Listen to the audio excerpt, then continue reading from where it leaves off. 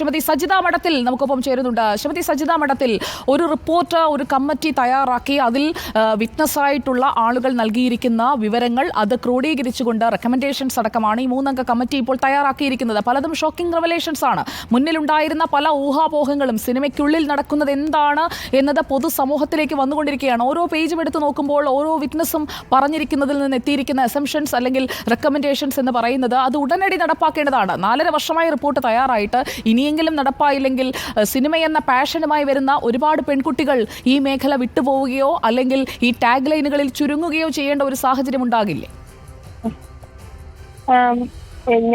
ഞാനിതിനെ കാണുന്നത് ഇത് വളരെ ഹിസ്റ്റോറിക്കലി ഇമ്പോർട്ടന്റ് ആയിട്ടുള്ള ഒരു കമ്മിറ്റി ആയിരുന്നു. അതേപോലെ തന്നെ ഇപ്പം വളരെ കഷ്ടപ്പെട്ടിട്ടാണെങ്കിലും റിപ്പോർട്ട് നമ്മൾ പുറത്തേക്ക് കൊണ്ടുവരാൻ വേണ്ടിയിട്ട് മാധ്യമ പ്രവർത്തകരുടെയും പൊതുജനങ്ങളുടെയും ഒക്കെ തന്നെ താല്പര്യത്തോടു കൂടി തന്നെയാണ് ഇത് വളരെയധികം ഫൈറ്റ് ചെയ്തിട്ട് തന്നെയാണ് നമ്മളിത് മുന്നോട്ട് കൊണ്ടുവന്നിട്ടുള്ളത്. ഇനി ഇതൊരു ഫസ്റ്റ് സ്റ്റെപ്പ് മാത്രമേ ആയിട്ടുള്ളൂ. ഈ ഫസ്റ്റ് സ്റ്റെപ്പിൽ അടുത്ത ഇനി എന്ത് ഗവൺമെന്റ് ചെയ്യും എന്നുള്ളതാണ് നമ്മൾ നോക്കിക്കാണുന്നത്. ആദ്യത്തെ പടി കടന്നു, അത് വളരെ 4 വർഷം എടുത്തു നമ്മളത് കടക്കാൻ വേണ്ടിയിട്ട്, ആ ഫസ്റ്റ് സ്റ്റെപ്പ് വെക്കാൻ വേണ്ടിയിട്ട്.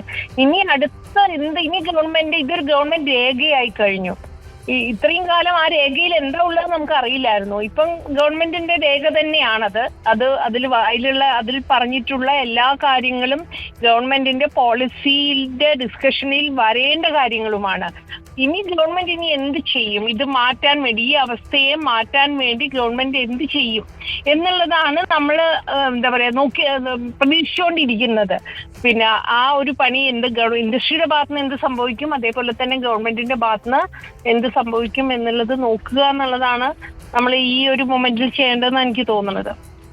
ശ്രീമതി സജിത മഠത്തിൽ, ഒരു ട്രൈബ്യൂണൽ രൂപീകരിക്കുക, നിയമനിർമ്മാണം നടത്തുക, അതൊക്കെയാണ് സർക്കാർ അടിയന്തരമായി ചെയ്യേണ്ടത്. എന്നാൽ അതേക്കുറിച്ച് റിപ്പോർട്ട് പഠിക്കട്ടെ എന്ന് പറഞ്ഞാണ് സാംസ്കാരിക മന്ത്രി ഇന്ന് നമ്മുടെ മുന്നിൽ നിന്ന് പോയിരിക്കുന്നത്. നടിമാർ മാത്രമല്ല, സിനിമാ മേഖലയിൽ വിവിധ ഇടങ്ങളിൽ 30 തൊഴിൽ മേഖലകളിൽ, സിനിമയ്ക്കുള്ളിൽ തന്നെയുള്ള 30 വ്യത്യസ്ത തൊഴിൽ മേഖലകളിലായി ജോലി ചെയ്യുന്ന ആളുകളുടെ വിവരങ്ങളാണ് ശേഖരിച്ചത്. പലർക്കും പറയാൻ പോലും മടിയായിരുന്നു. പറഞ്ഞവർക്ക് പോലീസിൽ പരാതിപ്പെടാൻ പോയാൽ ഉണ്ടാകാവുന്ന പ്രത്യാഘാതങ്ങൾ ഉദ്ദേശിച്ചിട്ടാണ്. കാരണം പോലീസിൽ പരാതിപ്പെടേണ്ട സാഹചര്യങ്ങൾ വരെ അനുഭവിച്ച ആളുകളുണ്ട്. ഈ മൊഴികളിൽ അതൊക്കെ സർക്കാരിന് പരിശോധിക്കാവുന്നതല്ലേ?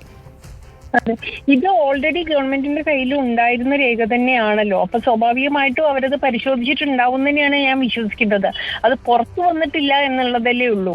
അപ്പം അതിന്റെ അടിസ്ഥാനത്തിലാണ് ഗവൺമെന്റ് കുറെ പണികൾ ചെയ്യണം എന്ന് നേരത്തെ തീരുമാനിച്ചിട്ടുണ്ടായിരുന്നു. പക്ഷെ കാര്യമായിട്ട് ഒന്നും തന്നെ മുന്നോട്ട് പോയില്ല. ഇപ്പോഴാണ് ഇത് പുറത്തു വരുന്ന സമയത്താണ് ഇത് ഇത്രയും സ്ട്രോങ് ആയിട്ടുള്ള ഒരു രേഖയാണെന്നും കമ്മിറ്റി റിപ്പോർട്ടാണെന്നും ആ റിപ്പോർട്ടിന്റെ മുകളിൽ അങ്ങനെ അടയിരിക്കേണ്ടതായിരുന്നില്ല എന്നും വളരെ പെട്ടെന്ന് തന്നെ ചില സ്റ്റെപ്പുകൾ എടുക്കേണ്ടതുണ്ടായിരുന്നു എന്നും അതെന്തുകൊണ്ട് സംഭവിച്ചില്ല എന്നുള്ളതുമാണ് നമ്മളെ സംബന്ധിച്ചിടത്തോളം ഏറ്റവും അധികം ആശ്ചര്യം ഉണ്ടാക്കുന്നത്. പക്ഷെ ഞാൻ പ്രതീക്ഷിക്കുന്നുണ്ട് ഗവൺമെന്റ് അത് ചെയ്യും എന്ന് തന്നെയാണ് നമ്മൾ പ്രതീക്ഷിക്കുന്നത്. ഓക്കെ, വളരെ നന്ദി ശ്രീമതി സജിത മഠത്തിൽ പ്രതികരിച്ചതിന്.